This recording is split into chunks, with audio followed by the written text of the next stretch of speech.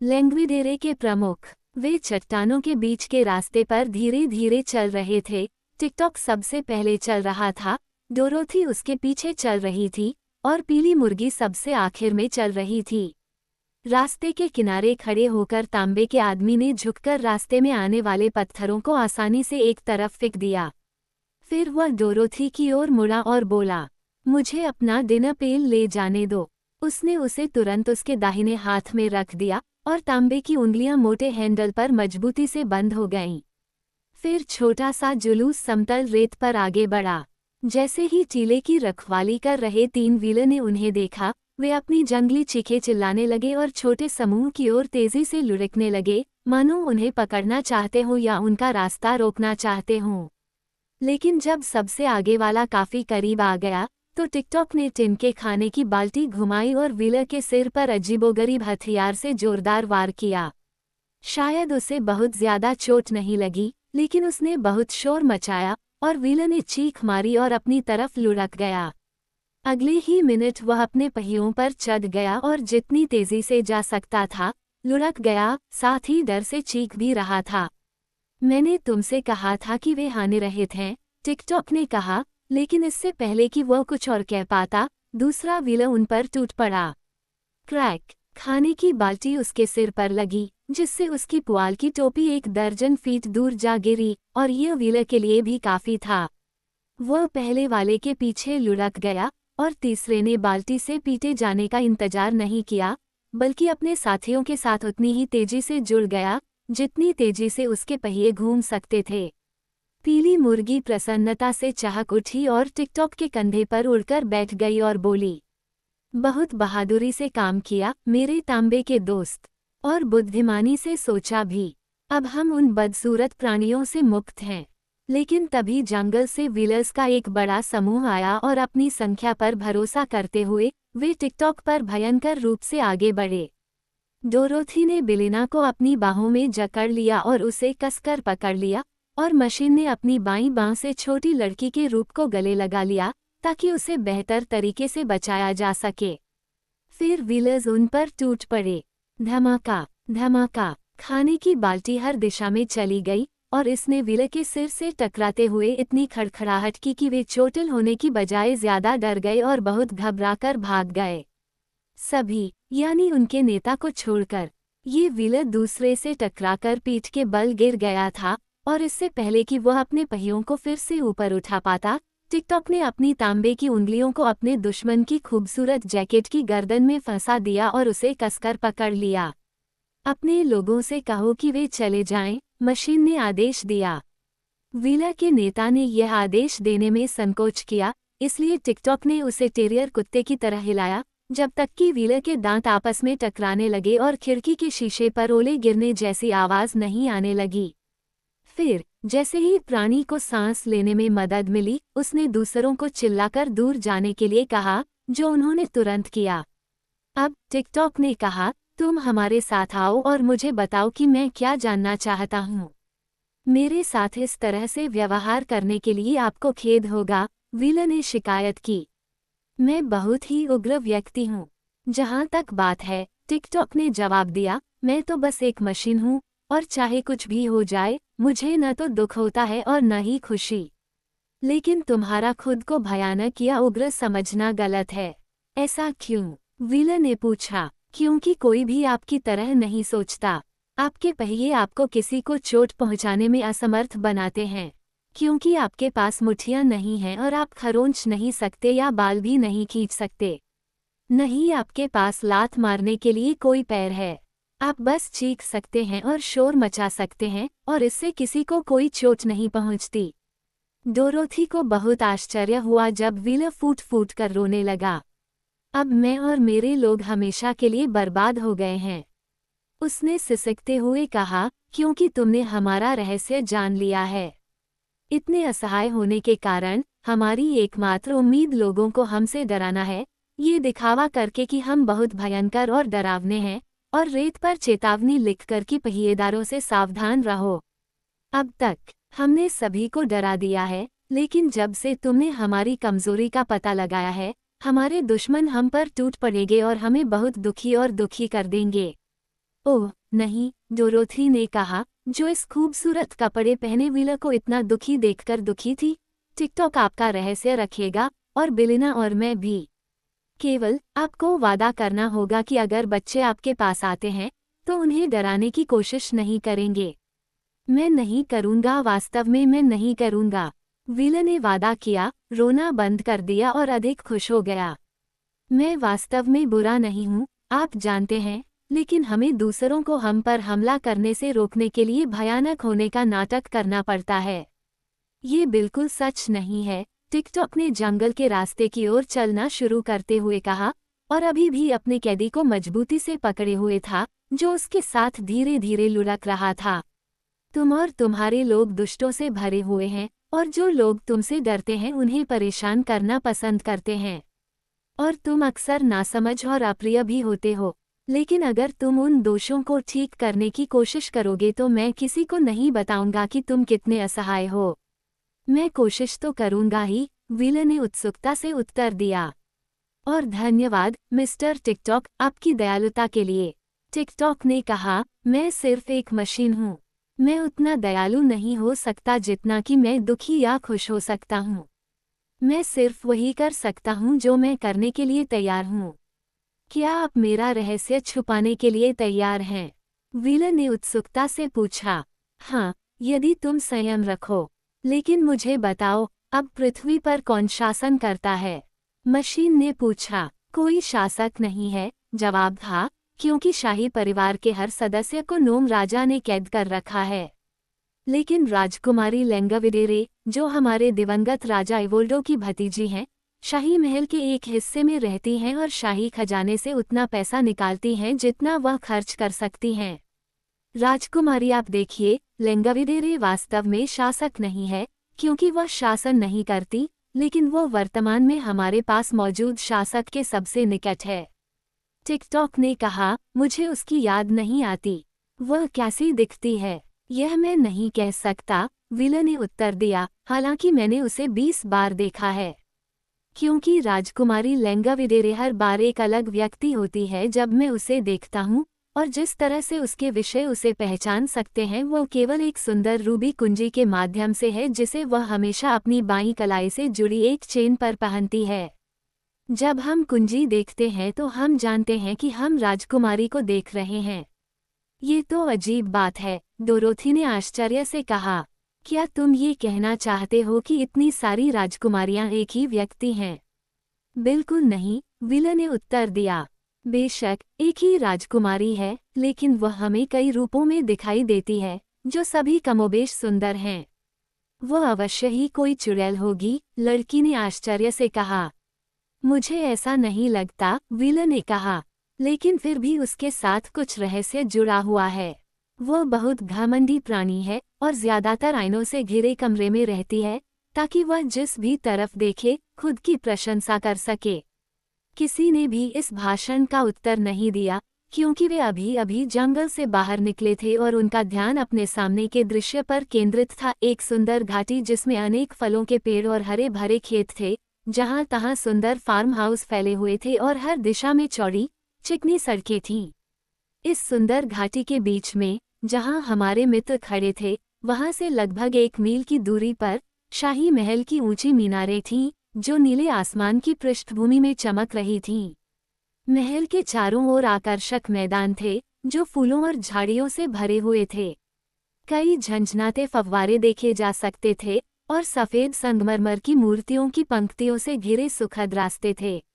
Dorothy इन सभी विवरणों को निश्चित रूप से तब तक नोटिस या प्रशंसा करने में असमर्थ थी, जब तक कि वे सड़क के साथ साथ महल के काफी करीब नहीं पहुंच गए थे, और वह अभी भी सुंदर दृश्यों को देख रही थी जब उसका छोटा दल महल में दाखिल हुआ।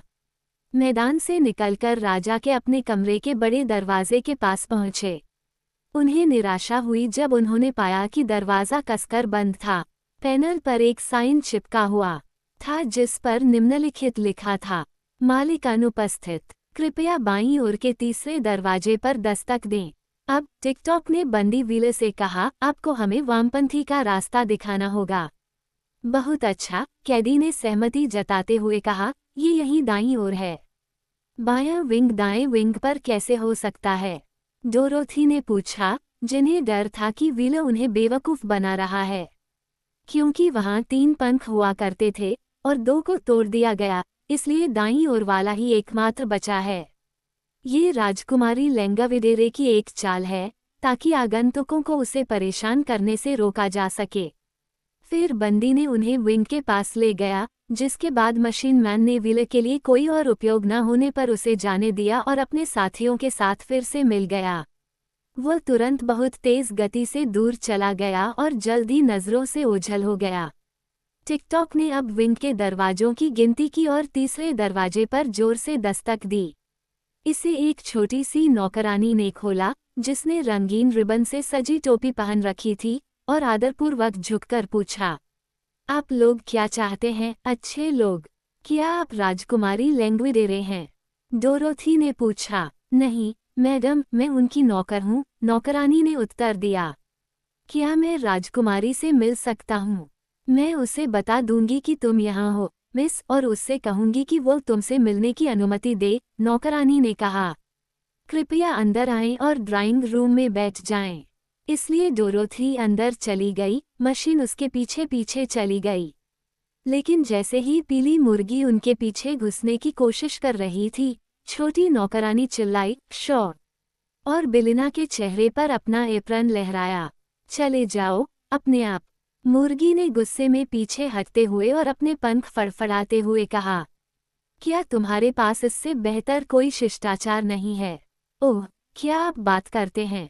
नौकरानी ने स्पष्टतः आश्चर्यचकित होकर पूछा, क्या तुम मुझे सुन नहीं पा रहे हो? बेलिना ने झट से कहा, अपना एप्रन उतारो और दरवाजे से बाहर निकल जाओ, ताकि मैं अपने दोस्तों के साथ अंदर आ सकूं। राजकुमारी को ये पसंद नहीं आएगा, दासी ने झिझकते हुए कहा। मुझे परवाह नहीं कि उसे यह पसंद है या नहीं, बेलिना ने जवाब दिया और अपने पंख फड़फड़ाते हुए जोर से आवाज करते हुए सीधे नौकरानी के चेहरे पर उड़ गई। छोटी नौकरानी ने तुरंत अपना सिर झुका लिया और मुर्गी सुरक्षित रूप से डोरोथी के पास पहुंच गई। बहुत अच्छा, नौकरानी ने आह भरते हुए कहा, यदि आप सब इस जिद्दी मुर्गी के कारण बर्बाद हो गए हैं, तो इसके लिए मुझे दोष न दें। राजकुमारी लेंगाविडेरे को नाराज करना सुरक्षित नहीं है। अगर आप चाहें तो उसे बता दें कि हम इंतजार कर रहे हैं, डोरोथी ने गरिमा के साथ अनुरोध किया।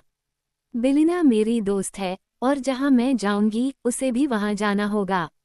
बिना कुछ और बोले नौकरानी उन्हें एक भव्य रूप से सुसज्जित बैठकखाने में ले गई, जिसमें सुंदर रंगीन कांच की खिड़कियों से आती हुई हल्की इंद्रधनुषी रोशनी थी।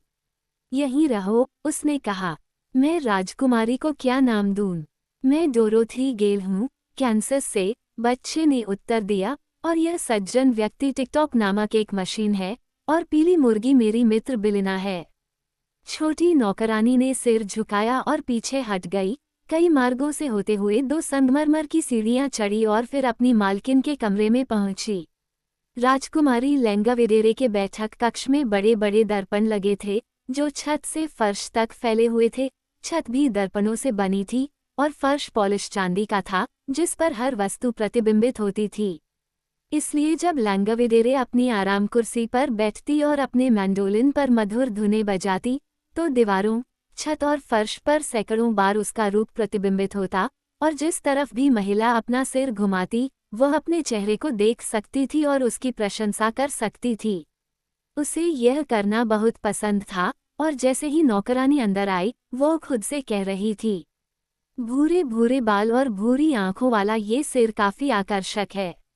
मैं इसे पहले से कहीं अधिक बार पहनती हूँ, हालांकि यह मेरे संग्रह में सबसे अच्छा नहीं हो सकता है। महाराज, आपके साथ लोग हैं, नौकरानी ने झुककर कहा।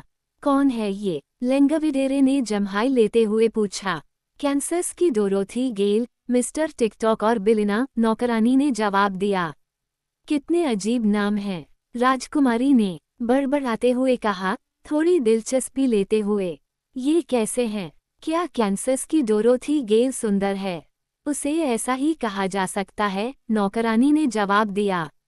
और क्या मिस्टर टिकटॉक आकर्षक हैं? राजकुमारी ने आगे कहा। ये तो मैं नहीं कह सकता, महाराज। लेकिन वो बहुत बुद्धिमान लगता है। क्या महाराज उन्हें देख पाएंगे? ओह, मैं भी ऐसा ही कर सकता हूँ, नंदा।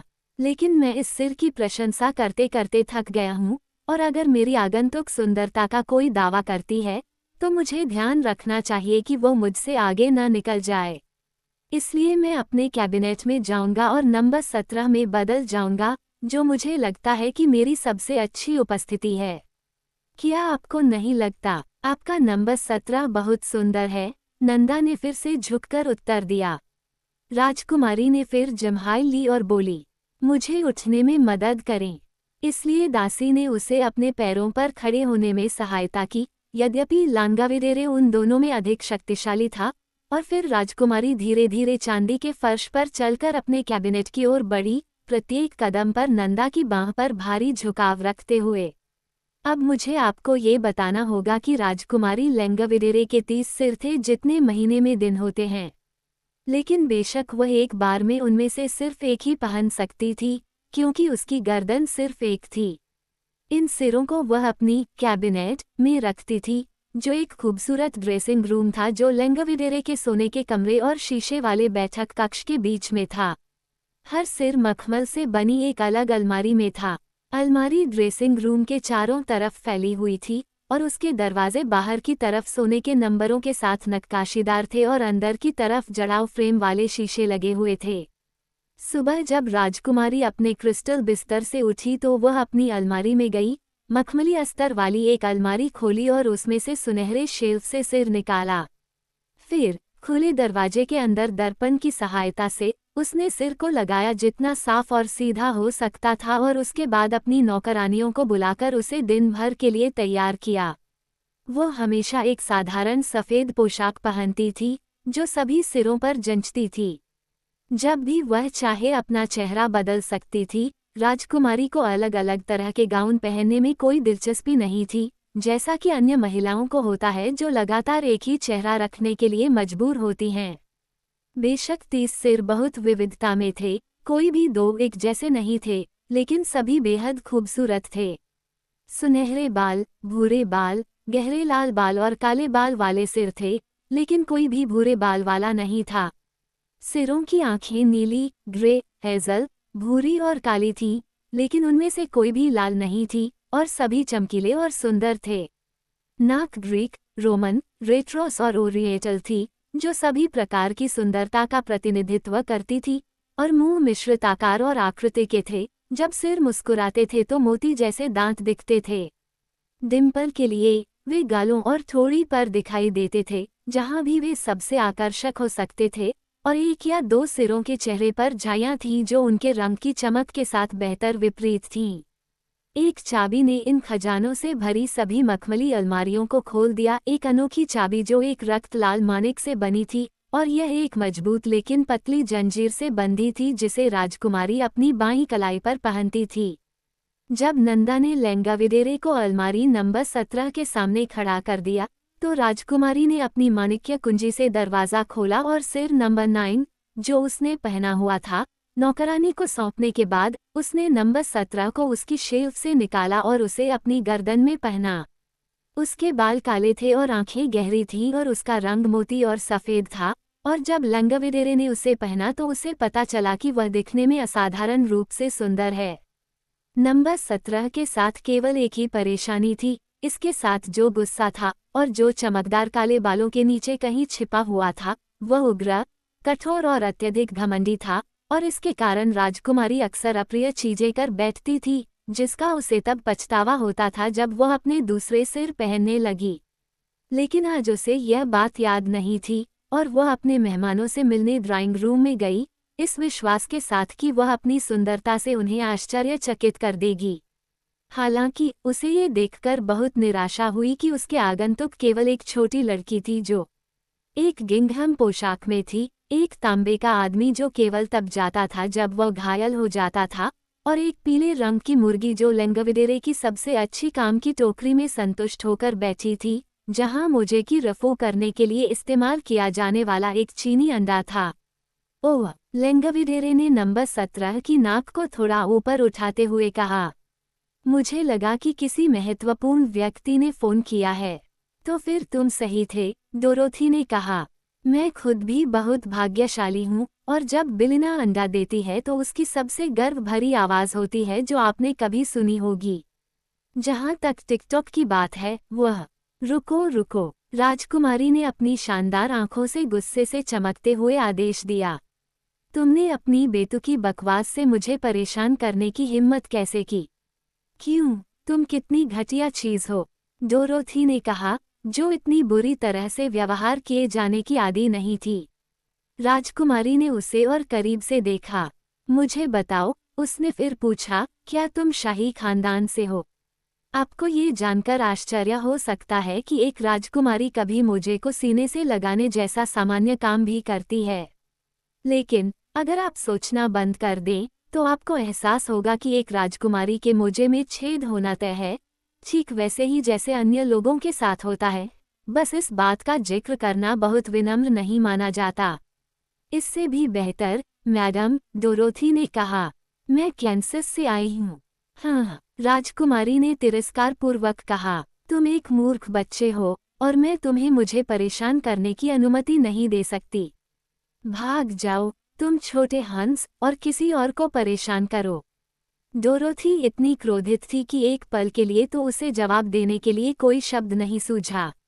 लेकिन वह अपनी कुर्सी से उठी और कमरे से बाहर जाने ही वाली थी कि राजकुमारी, जो लड़की के चेहरे को देख रही थी, ने उसे रोकते हुए कहा, और अधिक धीरे से, मेरे करीब आओ। डोरोथी ने बिना किसी डर के उसकी आज्ञा का पालन किया और राजकुमारी के सामने खड़ी हो गई, जबकि लेंगाविडेरे ने उसके चेहरे को ध्यान से देखा। तुम बहुत आकर्षक हो, महिला ने तुरंत कहा।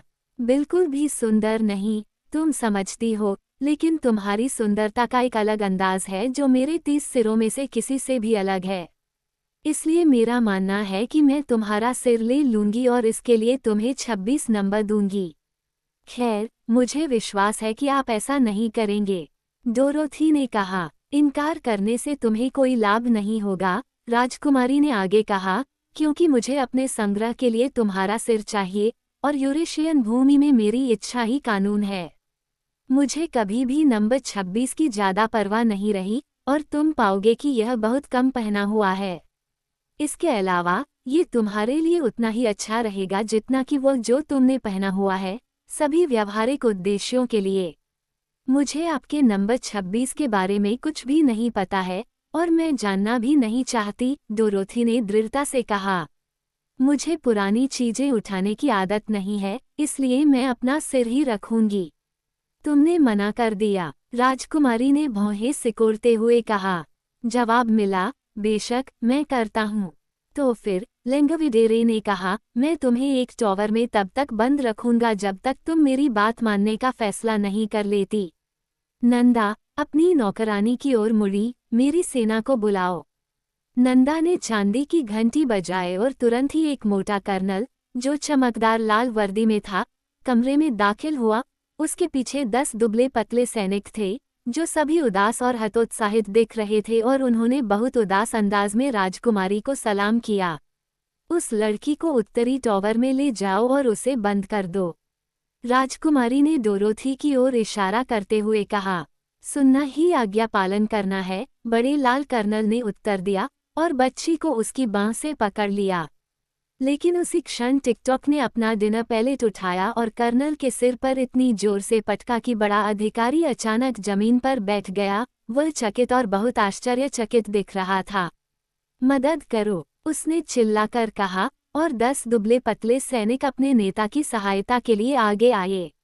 अगले कुछ क्षणों तक बहुत उत्साह रहा, और टिकटॉक ने सेना के 7 सदस्यों को गिरा दिया था, जो कालीन पर हर दिशा में फैले हुए थे, जब अचानक मशीन रुक गई और खाने की बाल्टी को एक और झटका देने के लिए उठाया गया और पूरी तरह से गतिहीन हो गई। मेरा काम खत्म हो गया है, उसने डोरोथी को पुकारा। मुझे जल्दी से शांत करो। उसने उसकी बात मानने की कोशिश की, लेकिन तब तक बड़ा कर्नल फिर से अपने पैरों पर खड़ा हो चुका था, इसलिए उसने लड़की को तेजी से पकड़ लिया और वह भागने में असमर्थ हो गई। ये बहुत बुरा है, मशीन ने कहा। मुझे कम से कम 6 घंटे ज्यादा दौड़ना चाहिए था, लेकिन मुझे लगता है कि मेरी लंबी पैदल यात्रा और व्हीलर्स के साथ मेरी लड़ाई ने मुझे सामान्य से ज्यादा तेज दौड़ाया। खैर, इसमें कुछ नहीं किया जा सकता, डोरोथी ने आह भरते हुए कहा। क्या तुम मेरे साथ सिर बदलोगे? राजकुमारी ने पूछा। नहीं, सचमुच, डोरोथी चिल्लाई। फिर उसे बंद कर दो, लेंगाविडेरे ने अपने सैनिकों से कहा, और वे डोरोथी को महल के उत्तर में एक ऊंचे टॉवर पर ले गए और उसे सुरक्षित रूप से अंदर बंद कर दिया। सैनिकों ने बाद में टिकटॉक को उठाने की कोशिश की, लेकिन उन्होंने पाया कि मशीन इतनी ठोस और भारी थी कि वे उसे हिला नहीं सके। इसलिए उन्होंने उसे ड्राइंग रूम के बीच में खड़ा छोड़ दिया। लोग सोचेंगे कि मेरे पास एक नई प्रतिमा है, लेंगाविडेरे ने कहा, इसलिए इससे कोई फर्क नहीं पड़ेगा और नंदा उसे अच्छी तरह से चमका कर रख सकते हैं। मुर्गी के साथ हम क्या करेंगे? कर्नल ने पूछा, जिसने अभी अभी बिलिना को काम की टोकरी में देखा था। उसे मुर्गी घ में रख दो, राजकुमारी ने उत्तर दिया, किसी दिन मैं उसे नाश्ते में भून कर खाऊंगी। वो काफी कठोर दिखती है, महाराज, नंदा ने संदेहपूर्वक कहा। यह एक घटिया बदनामी है, कर्नल की बाहों में पागलों की तरह छटपटाते हुए बिलिना ने कहा। लेकिन मैं जिस नस्ल की मुर्गी से आती हूँ, उसके बारे में कहा जाता है कि वो सभी राजकुमारियों के लिए जहर है।